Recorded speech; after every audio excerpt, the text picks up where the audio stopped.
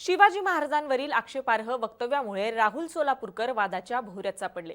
सोलापूरकर संघाचे पदाधिकारी आणि निवडणुकीत भाजपचे प्रचारक असल्यामुळे विरोधी नेत्यांची त्यांच्यावर जोरदार टीका सुरू आहे। मात्र याआधीही भाजप आणि संघाच्या नेत्यांनी छत्रपती शिवाजी महाराजांवर आक्षेपार्ह वक्तव्य केलेत। अशा वक्तव्यांमुळे भाजपचे श्रीपाद छिंदम, सुधांशू त्रिवेदी आणि भगतसिंग कोश्यारी वादात सापडले होते। मोठा गदारोळ त्यांच्या वक्तव्यांमुळे निर्माण झाला होता। त्यामुळे संघ आणि भाजपशी संबंधित व्यक्ती वारंवार शिवाजी महाराजांचा अपमान करणारे वक्तव्य करताना का दिसतायत असा प्रश्न उपस्थित होतोय। शिवरायांसंदर्भात नेमकी काय वक्तव्य भाजपच्या या नेत्यांनी केली होती, कशा पद्धतीने त्यातून वाद झाला होता, जाणून घेऊयात सविस्तर या व्हिडिओच्या माध्यमातून। नमस्कार, मी छाया आणि आपण पाहताय मुंबई तक। 2018 मध्ये भाजपचे अहमदनगरचे उपमहापौर असताना श्रीपाद छिंदम यांनी छत्रपती शिवाजी महाराजांबाबत अवमान करणारं वक्तव्य केलं होतं। मनपा अधिकाऱ्याला फोनवर बोलत असताना त्यांनी छत्रपती शिवाजी महाराजांवरून शिवीगाळ केली होती। ही ऑडिओ क्लिप सोशल मीडियावर चांगलीच व्हायरलही झाली होती आणि त्याचे पडसाद राज्यभर उमटले होते। त्यानंतर श्रीपाद छिंदम फरार झाले होते। या काळात छिंदम यांच्या घरावर दगडफेकही झाली होती। मात्र एवढं होऊनही श्रीपाद छिंदम पुन्हा एकदा मनपा निवडणुकीला उभे राहिले आणि निवडणुकीत विजयी सुद्धा झाले। त्यानंतर 2022 मध्ये भाजपचे प्रवक्ते सुधांशू त्रिवेदी यांनी शिवरायांविषयी वादग्रस्त वक्तव्य केलं होतं। राहुल गांधी यांनी स्वातंत्र्यवीर सावरकर यांच्या माफीनाम्याचा मुद्दा उपस्थित केला।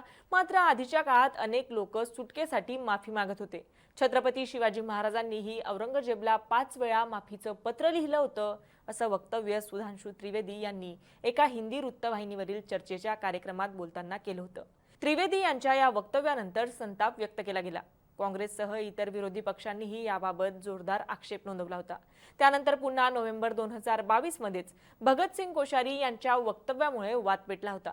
त्यांच्या वक्तव्यामुळे भाजप कोंडीत सापडलं होतं। मराठवाडा विद्यापीठाकडून केंद्रीय मंत्री नितीन गडकरी आणि राष्ट्रवादी काँग्रेसचे अध्यक्ष शरद पवार यांना मानद डिलीट पदवी प्रदान करण्यात येत होती। या कार्यक्रमात भगतसिंग कोश्यारी यांनी छत्रपती शिवाजी महाराजांची तुलना थेट नितीन गडकरी आणि शरद पवार यांच्याशीच केली होती।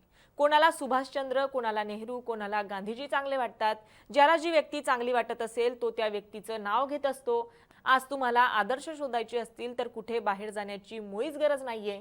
तुम्ही महाराष्ट्रातच आपले आदर्श शोधू शकतात। जर तुम्हाला कोणी विचारले तुमचे हिरो कोण आहेत तर मला वाटते तुम्हाला ते इथेच मिळतील। शिवाजी तर जुन्या काळातले आदर्श आहेत। मी नव्या युगाविषयी बोलतोय। डॉक्टर आंबेडकरांपासून डॉक्टर नितीन गडकरींपर्यंत सगळे तुम्हाला इथेच मिळतील असं भगतसिंग कोश्यारी म्हणाले होते। त्यामुळे राज्यात राजकीय वातावरण चांगलंच तापलं होतं। याआधीही शिवाजी महाराजांबद्दल कोश्यारींनी वादग्रस्त वक्तव्य केले होते। समर्थ रामदास यांच्याशिवाय शिवाजी महाराजांना कोण विचारेल असं वादग्रस्त वक्तव्य त्यांनी केलं होतं। चाणक्यांशिवाय चंद्रगुप्ताला कोण विचारेल, समर्थांशिवाय शिवाजीला कोण विचारेल असं ते बोलले होते। त्याही आधी भगतसिंग कोश्यारी वादात सापडले होते। फुले दाम्पत्यावर हसत हसत त्यांनी एक वक्तव्य केलं होतं। एका कार्यक्रमात बोलताना ते म्हणाले होते की कल्पना करा की सावित्रीबाईंचं लग्न 10व्या वर्षी झालं तेव्हा त्यांच्या पतीचं वय हे 13 वर्ष होतं। कल्पना करा की लग्नानंतर ते दोघे काय करत असतील असं भगतसिंग कोश्यारी म्हणाले होते। त्यामुळे भाजप आणि संघाच्या नेत्यांकडून छत्रपती शिवाजी महाराजांवर वारंवार आक्षेपार्ह वक्तव्य केलं गेलं आहे। राहुल सोलापूरकर वादात सापडल्यानंतर ते भारतातल्या सर्वात जुन्या आणि मोठ्या संशोधन संस्थेचे म्हणजे प्राच्यविद्या भांडारकर इन्स्टिट्यूटचे विश्वस्त असल्याचं समोर आलं होतं।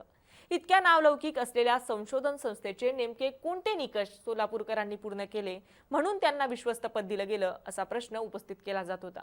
त्यामुळे भांडारकर इन्स्टिट्यूटने त्यांचा राजीनामा घेतला। याचबरोबर राहुल सोलापूरकर संघाच्या संस्कार भारतीचे पदाधिकारी आहेत। याचबरोबर भाजपच्या लोकसभा विधानसभा निवडणुकींच्या प्रचाराची जबाबदारी त्यांच्यावर देण्यात आलेली होती। भाजपचे स्टार प्रचारक म्हणून देखील ते राज्यभर फिरत होते। मोदींच्या सभांमध्येही त्यांची भाषणं झाली होती। भाजपचा गमछा टाकून ते अनेक प्रचार सभांमध्ये स्टेजवरही दिसून आले होते। त्यांच्या शिवरायांवरील वक्तव्यामुळे जितेंद्र आव्हाड, अमोल मिटकरी, उदयनराजे भोसले यांच्यासह अनेक नेत्यांनी सोलापूरकरांवर जहरी टीका केली आहे। मात्र तुम्हाला या संपूर्ण प्रकरणाविषयी काय वाटतं? आम्हाला कमेंट करून नक्की कळवा आणि मुंबई तकला जर आपण नवीन असाल तर मुंबई तक चॅनलला सबस्क्राइब करायला विसरू नका। धन्यवाद।